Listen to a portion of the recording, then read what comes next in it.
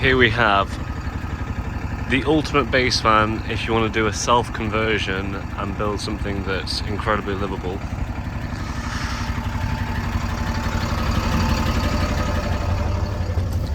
Cruise control, top spec, all that sort of stuff.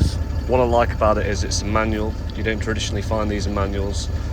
Everything seems to have gone auto post 2005, so huge bonus in my opinion. It's only from 67,000 miles. Just knock her off a sec.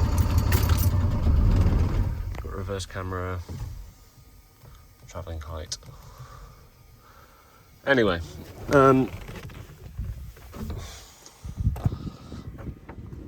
this has some really good spec on it. It does need some work though. I'll get to that in a second, but just show you around.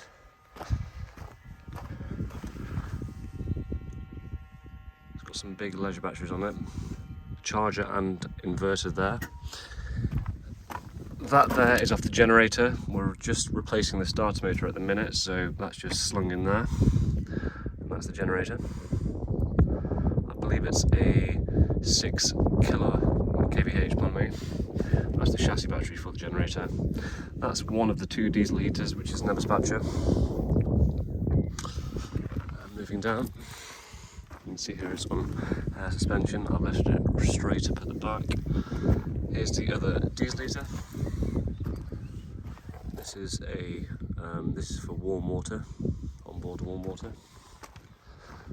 It's received a full respray by us. It came in a light blue colour. It was formerly owned by a council, servicing itself as a mobile nursery.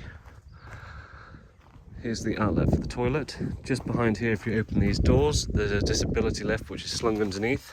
Just try and pull the camera back a bit. It's just there. So once again, that's another entrance. But here is the main entrance down here. This is for the stabilising legs. That's that unit there, and that unit there is for the disability lift.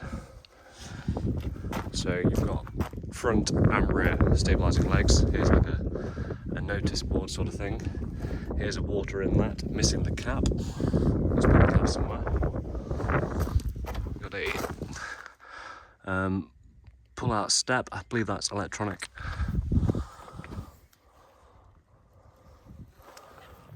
Shut this door here.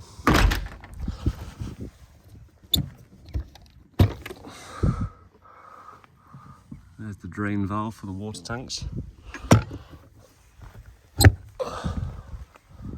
Yeah, it's the big engine. It's the 45-220, which is what you want.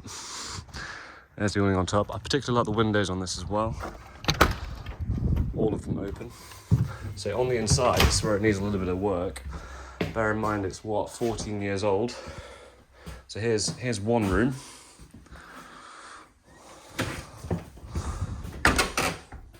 That's just to enable the heat to come through to the other room. This all opens up into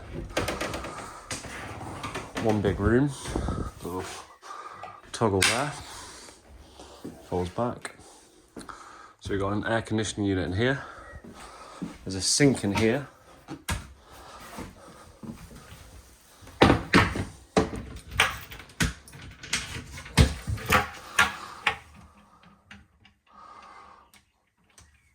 Boiler.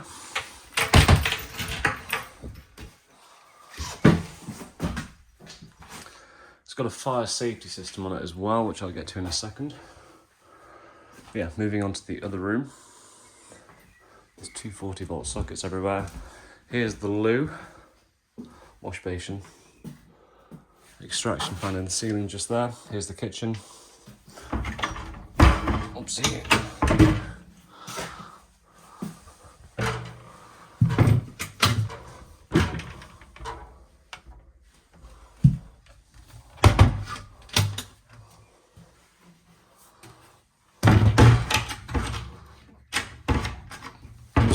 I'm just hoping my phone's not going to die here.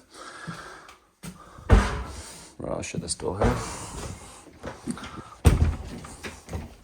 So that's the disability entrance. This comes open.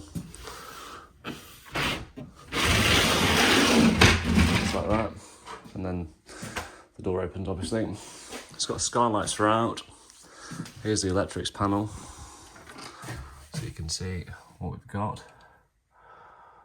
So there's 3 water tanks on this vehicle. There's the generator control. That tells you what powers in the batteries and stuff like that. There's the fire detection system. There's the hydraulic legs, water pumps for the toilet, outside lights. It's fully loaded. The water tanks are actually stowed underneath those seats there, but basically it needs a good clean. Where the ceiling, there's obviously been a little bit of damage on the roof, on this fiberglass roof you can see here, which has enabled water to come in. And this medium density fireboard here is eroded, so we just ripped it out, the area where it needs replacing. So it's worth noting, it's not a huge expense to get that sorted out. Obviously we've got a team of men here that can fix that. But obviously a lot of our customers want to rip the whole thing out, so we won't touch it until you give us the nod. But yeah, in conclusion, it's pretty awesome.